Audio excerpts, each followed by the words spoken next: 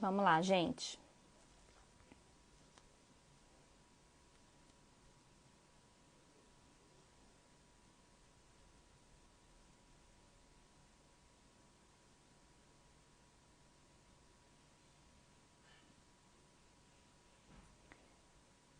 Fixando o tema aqui.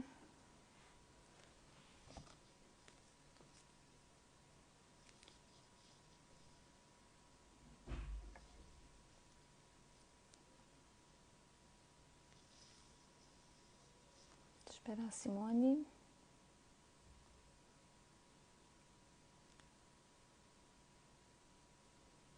Vamos de novo. Poxa, no meio da discussão boa, né, gente?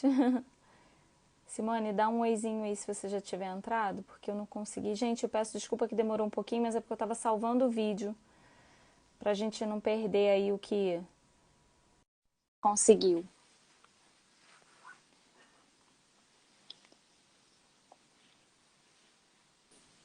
Oi, voltei. Oi, vamos lá. Vamos lá. Quem perdeu aí os tipos de letra? É isso que eu tava vendo? Foi. Eu acredito Gente, que olha assim, sim. ó, vocês tenham paciência, porque 6 horas da tarde eu já aprendi. É o pior horário para fazer live, porque tá cheio de gente. Conexão total. Exatamente. Então vamos lá, olha Ó, só. exatamente, os tipos de letra. Então, na realidade, gente, os tipos de letra você pode ofertar todos para criança. Letra cursiva, letra de forma.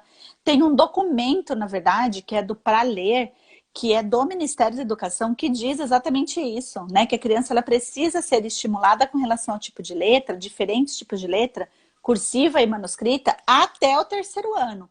O que não pode acontecer é você entender que é só no terceiro ano que você vai fazer essa estimulação. Na verdade, não, né? Na realidade, eu preciso entender que a letra que a criança vai ser exposta é a letra que ela vai usar comumente. Me desculpe, mas aonde que é escrito com letra bastão? Vocês veem jornal escrito com letra bastão?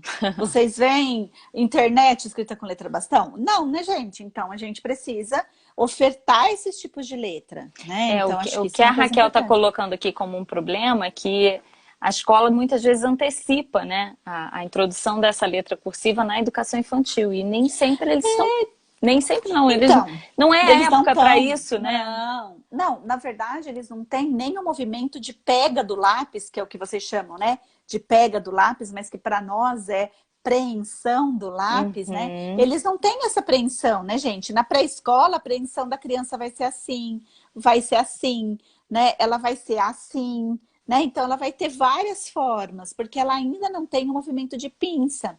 Esse movimento aqui, que é o da trípode digital dinâmica, a criança só vai conseguir adquirir aos 6 anos de idade, ela vai estar pronta para isso aos 6 anos de idade. Esse é um movimento extremamente refinado do ser humano, e isso vai acontecer um aperfeiçoamento dessa trípode digital dinâmica com relação à pressão, com relação ao uso, com a exposição da criança à escrita. Né? Agora, o que não dá é você falar que a letra de forma é mais fácil para a criança, então você vai dar a letra de forma, porque daí você está causando um outro problema, né? Que é um problema que é um problema que, na verdade, é de função executiva, né? Que é de organização, que é de Envolvem planejamento. outras Então, habilidades, envolvem né? outras habilidades, né? Aí eu vou recuperar a pergunta da Mônica, que disse aqui, ó. Qual poderia ser a justificativa para a lentificação de figuras na nomeação automática rápida, né? E não de palavras em uma criança de 8 anos e 5 meses. Cortou aqui porque o espaço é pequenininho. Então, assim, olha, via de regra, Mônica, se essa criança apresenta na figura uma dificuldade muito grande e nas palavras não, você tá com um problema de vocabulário aí, né? Então, muito maior, porque o que que acontece? A nomeação de palavra, ela exige um reconhecimento lexical. A nomeação de figuras, ela envolve uma recuperação de acesso lexical, né? Então, uma recuperação de informação lexical, de léxico mental. Mas enquanto a palavra é recuperação de léxico mental ortográfico, a figura é de léxico mental. Então, a gente precisa ver se essa criança não está com problema de vocabulário, né? Por isso que daí provas de vocabulário vão ser importantes, né? Sempre, né, Simone? Eu acho que isso é Sim. que a gente não pode tirar as provas de vocabulário das nossas baterias, exatamente porque isso já vai dar um indício aí de que caminho De que percorrer caminho que ele vai tomar, né? Porque, não sei se e de vocês que sabem, gente. interpretação a gente vai dar para os dados, né? Isso, exatamente. Vocabulário é uma coisa extremamente importante de ser avaliada, né? Extremamente importante, né? E hoje em dia a gente tem essas questões que são relacionadas à exposição das crianças a livros, que é um dos maiores responsáveis aí pela formação do vocabulário da criança, né? Nem sempre os pais eles contam mais as histórias, nem sempre as crianças leem Isso, mais. é, A Mônica está até dizendo exatamente. aqui, ó, pensei nisso, Simone, mas não deu baixa nas provas de vocabulário. Então, olha só, mas daí não deu baixa nas provas de vocabulário? Quais provas, né, amiga? Porque daí é um outro problema que a gente tem, né? Qual que é a prova de vocabulário que a gente tem e que tem uma compatibilidade aí com essas questões de leitura e escrita? Nenhuma, né? Nenhuma. Então, a melhor prova que a gente tem é o PIBARE, mas que a gente não usa no Brasil, porque ele nem mais está disponível, né, para utilizar. Então, eu acho que existe uma questão. Uma criança de 8 anos, ela é uma criança que tem que ser avaliada não só com essa questão de vocabulário, de vestiário, mas ela tem que ser avaliada com relação à compreensão de linguagem, ela tem que ser avaliada com relação a ao vocabulário, Elaboração, né? isso, receptivo, como que ela elabora, e uma questão relacionada a vocabulário acadêmico, né? Porque isso envolve também, né? Ela já tem 8 anos, então essa prova de vocabulário ela tem que ser um pouquinho diferente, né?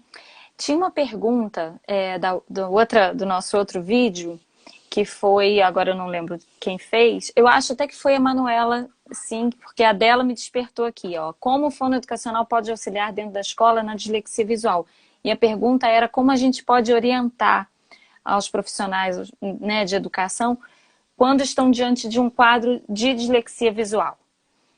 Via de regra, Manuela, assim, ó, qualquer criança que apresente uma dificuldade na leitura e que seja uma questão de lentificação, é uma criança que você precisa cuidar, é uma criança que você precisa fazer um follow-up, é uma criança que você precisa monitorar, né? E por que você precisa fazer isso? Porque geralmente as crianças com dislexia visual, elas passam muito despercebidas dentro do âmbito escolar. Porque ela é uma criança que lê lentificado, mas lê, diferente de muitas outras que não leem, né? E que chamam atenção justamente pelo fato de não estar lendo. Então, essa criança, uma criança fala assim, olha só, Simone, ela tá com dificuldade, mas ela tá lendo, né? Eu tenho Sim. outras aqui que não estão lendo, o que eu faço com elas? Eu Mas, na tenho até uma verdade, pergunta exatamente sobre isso, mas mas, na continua. verdade, eu preciso tomar um cuidado, eu tenho que ter esse olhar um pouquinho mais refinado, porque essa criança, ela está lendo, ela está lentificando, ela está tendo dificuldade de recuperação de léxico, ela está compreendendo parcialmente o texto, ela não está compreendendo totalmente o texto, ela está já com mecanismos compensatórios, ela está se virando, mas a memória operacional dela é baixa. Por isso que, na verdade, essa criança está com um problema de compreensão. Né? Então, eu preciso ficar de olho nessa criança. Né? E aí o que eu ia te perguntar era exatamente nesse link, Simone, com relação a essas manifestações da dislexia visual. Elas podem ser confundidas, né, como a gente já mencionou, ou mesmo despercebidas até que aumentem essas demandas nos anos mais avançados de Cognitivas. escolaridade. Então, por exemplo, Sim. Uma criança que está, como você mencionou, ela está lendo.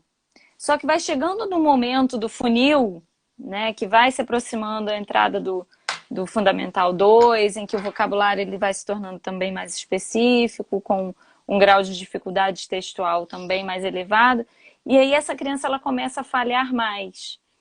E aí eu acho que pode haver assim, esse retardo nesse diagnóstico em função disso, dessa criança, ela de certa forma, ela conseguir sobreviver no Fundamental 1, mas chegar no 2, essas dificuldades, esse aumento de demanda impactar tanto que ela possa ser diagnosticada nessa etapa apenas? Sim, sim, né? Vamos lembrar que assim, a minha criança com dislexia visual, ela é uma criança que ela desenvolve muito mecanismos adaptativos. Ela desenvolve muito mecanismos de compensação, né? Então, ela pode driblar, entre aspas, né? Essa dificuldade, porque como ela faz... Isso daí, gente, olha só, de novo vou falar. Isso também é culpa da escola, né? Então, vamos Sim, imaginar. O que que acontece? Essa criança vai falhar muito na leitura e na compreensão de leitura. Então, a compreensão de leitura dela vai estar muito alterada. afetada. Mas o que que vai acontecer? Como a escola ela não trabalha esquemas de desenvolvimento para compreensão de texto narrativo e expositivo, não trabalha a questão da micro e da macroestrutura textual, não trabalha o que que é literalidade e inferência nas perguntas, essa criança ela vai acabar driblando, né, a sua dificuldade, porque a exigência na compreensão do material não vai ser muita pela escola, né? Então, eu Uhum. ainda tenho escolas que tratam as questões da literalidade e inferência como cortar e recortar. Então, a criança olha a pergunta, ela acha no texto, então isso é uma literalidade, ela vai lá e copia a resposta. Então, a Aham. criança, ela não precisa pensar muito ou recuperar o seu Correlacionar. vocabulário, as suas experiências para poder responder a pergunta. Tá tudo lá no texto. Se ela souber localizar, né, e que essa criança com E que ela dislexia acaba sendo sabe, treinada, né? Também isso, para isso, exatamente, ela pelo consegue próprio fazer sistema. isso. Então, o que que vai acontecer? Ela vai driblando isso, mas acontece que ao passar dos anos escolares, eu vou ter um aumento de demanda cognitiva.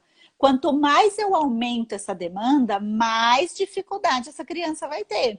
Né? E aí o que vai acontecer é que a demanda cognitiva vai aumentar muito no sexto e sétimo ano, principalmente no sétimo ano, e aí essa criança vai apresentar falhas que vai fazer com que ela necessite, ela não vai dar mais conta dos mecanismos, de usar os mecanismos que ela desenvolveu, né? Agora, mesmo assim, nesse caso, vai existir a questão de manifestações desde lá de trás, do início, né? Vai, mas que na verdade, olha só, como ela não troca sons na fala, como ela não troca sons na leitura e na escrita, como assim, eu já ouvi assim, gente, olha só, ela só tem uma troca de PB, ela só troca PB na escrita, Simone. Só que o só troca PB na escrita, na verdade, ela não está fazendo uma troca surda sonora. Ela está fazendo uma substituição que, na verdade, desculpa, ela não está fazendo uma substituição surda sonora. Ela está fazendo um erro que é de reversão, né? Então, assim, cuidado, reversão, desculpa, inversão, né? Então, é o P e o B. Então, a Uhum. haste, uma está para baixo e uma está para cima. Então, isso é um erro de inversão. Então, veja, ninguém notou, né? Ninguém notou porque isso não atrapalhou, né? Então, ela é aquela criança que muitas vezes o professor fala assim, ai, olha só, ela é uma criança com dificuldade de aprendizagem resistente, porque ela é uma criança que não, eu ensino e ela não aprende. Isso não é normal, né? Até porque é uma criança com dificuldade de aprendizagem, a literatura nacional e internacional já mostra que com 3 meses de intervenção, ela sai desse quadro de dificuldade e entra num quadro de desenvolvimento normal de leitura escrita. Agora, se você está investindo na intervenção dessa criança, já passou de 3 meses, você percebe que você dá instrução para ela faz junto com você, ela não faz sozinha, o que que vai acontecer? Opa, gerenciamento de informação na memória operacional deve estar alterada, né? Até nesse caso que eu estava mencionando que nós conversamos ontem, eu e uma colega, ela estava perguntando exatamente isso, assim, uma criança que chegou com traços de fonologia alterado, com traços visuais alterados e com a intervenção, ela evoluiu no padrão da fonologia, das habilidades metafonológicas, mas ela continua com falhas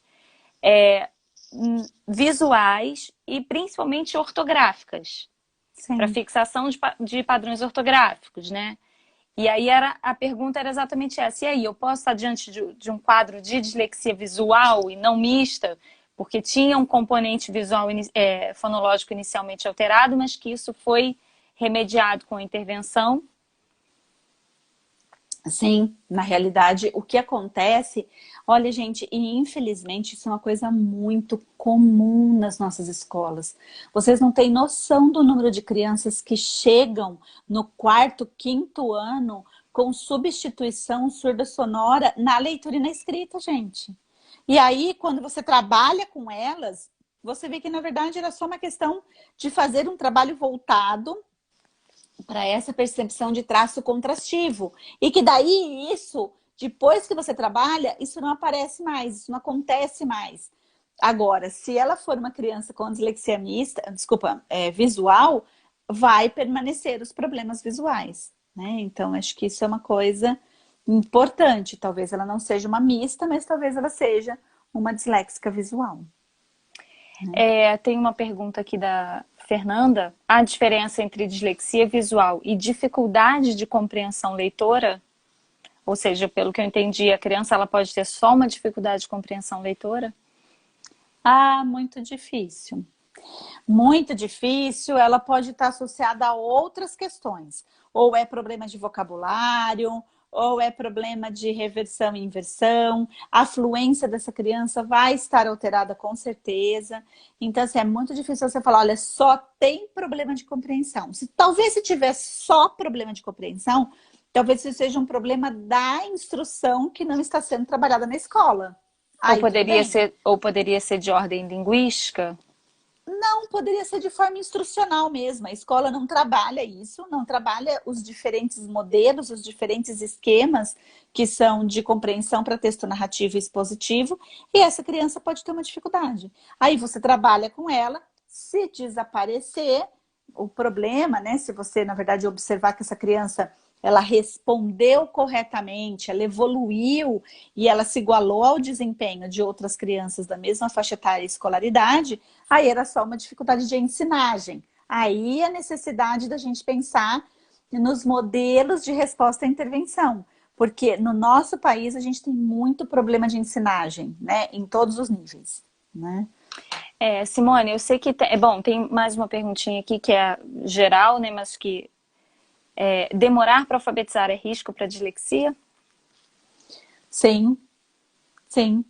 Né? É uma dificuldade. É uma dificuldade que a criança está tendo, principalmente com sequência, né? Sequência de letras, sequência de som, sequência de números, dificuldade para poder formar a memória para essa informação visual e auditiva, dificuldade para formar a memória para essa relação, essa correlação letra-som. Então, ela assume ser uma criança de risco. Qualquer dificuldade de aprendizagem que ocorra entre os 6 anos e os 8 anos, 29 dias, 11 meses e 29 dias, é realmente uma criança de risco, né? Então, por isso que eu tenho que monitorar. Essa idade, gente, de 8 anos, 11 meses, 29 dias, é uma constante para nós, né? Se a criança tiver qualquer dificuldade antes disso, monitoramento é a palavra regra, né? Que, aliás, vai precisar ser muito feito daqui para frente, né, Simone? Exato. Agora, minha filha, pós-pandemia e pandemia e pós-pandemia. Eu sei que você já tinha mencionado alguma coisa em termos de programas de remediação, né, para a questão das habilidades visuais, né? Mas existe alguma proposta de avaliação, Simone, assim, e aí eu estou perguntando especificamente com relação ao LIDA, né? Mas, além de propostas de intervenção, alguma coisa de avaliação? Porque durante a nossa live toda aqui, muitas pessoas pediram referências e muitas pessoas mencionaram a dificuldade de encontrar a bateria do DTVP2, né, que é disponível para nós, que é uma bateria até que pode ser compartilhada, né, mas que também isso não é tão simples e fácil assim, porque é um livro, né? E não é um manual simples da gente aplicar, assim, pelo menos no primeiro momento. Ele precisa de treinamento, né? Precisa de treinamento. Esse precisa de treinamento real, né? Esse é de treinamento real. Na realidade, assim, a gente não tem muita opção, infelizmente, né? A gente até tem o material de percepção visual na Booktoy, mas ele é no nível de avaliação, mas é para crianças pequenas. O que a gente no Lida está fazendo é uma bateria que envolve a questão visual e percepto, na verdade, percepto visomotora. Vai ter a parte de função motora fina, a parte visual e a parte de escrita, que eu acho que vai ajudar muito a gente, né? Porque ele já vai sair com alguns índices importantes aí, né? De entendimento de quem é essa criança que está fora desse padrão de normalidade. Que a gente espera que até o comecinho do ano que vem a gente já consiga estar disponibilizando, e tem os programas de intervenção, né, que a gente está trabalhando aí. Um deles a gente já finalizou, graças a Deus, né, tirou meu sono vários dias, mas graças a Deus ele já está encaminhado, que é para a criança que tem um quadro de dislexia e TDAH, mas que tem alteração caligráfica, né, então acho que vai ajudar um pouco a gente a pensar aí em qual intervenção utilizar. Que a gente acaba encontrando muito, né? E os outros que a gente está ainda começando, a gente está começando a trabalhar agora, que a gente está começando a montar os procedimentos, que são os de estimulação, né? Então são para crianças que estão aí já apresentando risco para um quadro de dislexia visual, ok? Ok, Simone, eu acho que é um tema que a gente precisa ainda de muito, né, de muito estudo no sentido do clínico ter consciência dessa necessidade. Primeiro, eu acho que da necessidade não só de ter segurança para fechar o diagnóstico da dislexia, mas, sobretudo, ter maior segurança ainda para subtipar a dislexia. Com certeza. Que faz com que realmente essas intervenções elas sejam dirigidas aí às necessidades que a criança apresenta enquanto fundamentais de serem trabalhadas para que ela possa evoluir na escolaridade, seguir aí a sua vida. Né? Vamos seguir para as considerações finais. Eu acho que é muito importante a gente parar de olhar para a cara da criança com dislexia e falar, tem dislexia, né? Então, assim, ela tem dislexia, qual subtipo? Porque quanto melhor eu avalio a minha criança, melhor vai ser a minha intervenção, né? Então, eu tenho que olhar essa minha criança na avaliação com muito cuidado, né, gente? A criança, ela é uma preciosidade, né? Ela tá num momento presente com muitas dificuldades, mas que, graças a Deus, ela vai ter um futuro, né? E a gente tem que escolher uma intervenção que seja uma intervenção responsiva, né? Ou seja, que seja uma intervenção baseada em evidência científica e que faça com que essa criança supere essa dificuldade, não só no âmbito clínico, mas também no âmbito educacional, né? Porque a gente quer que essa criança transporte esse conhecimento para o âmbito educacional e melhore, né, a sua aprendizagem. Né? Com certeza, muito bom sempre, quero te agradecer. Eu que agradeço, Thaís, de novo tá aqui, amei muito. O convite de novo. A gente mencionou sobre a dislexia visual, vamos conversar sobre isso então? Vamos. É muito bom, né? Muito bom. Porque eu vou falar que assim, na minha vida profissional, entender a dislexia visual foi fundamental para que eu tivesse aí outros caminhos para trilhar, né, nas intervenções, né, e podendo ajudar essas crianças de forma mais diretiva, mais assertiva. E é com muito prazer assim, que eu ouço de você todas essas informações e te agradeço sempre pela disponibilidade de estar eu aqui que agradeço. Trocando com a gente, trocando não, né, nos cedendo aí seus estudos e seus conhecimentos para que a gente possa aí crescer profissionalmente.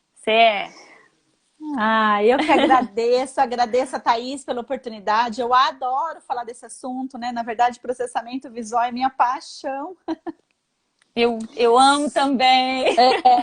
Subtipagem de dislexia, então, nem se fala. Então, é onde a gente se debruça muito dentro do grupo de pesquisa para poder entender melhor essas crianças e pensar aí nas melhores intervenções. Então, eu queria agradecer de coração, Thaís, a sua disponibilidade em me chamar.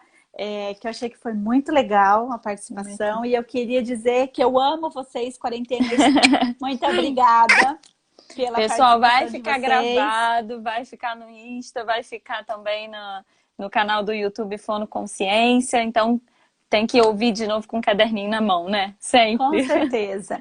E qualquer coisa, a gente vai estar junto em outros momentos. Com certeza. Queridos, um beijo. Simone, Thaís, um beijo. Meus Amo quarenteners, você. beijos no coração. Até a próxima. Beijo. Tchau, tchau. Tchau.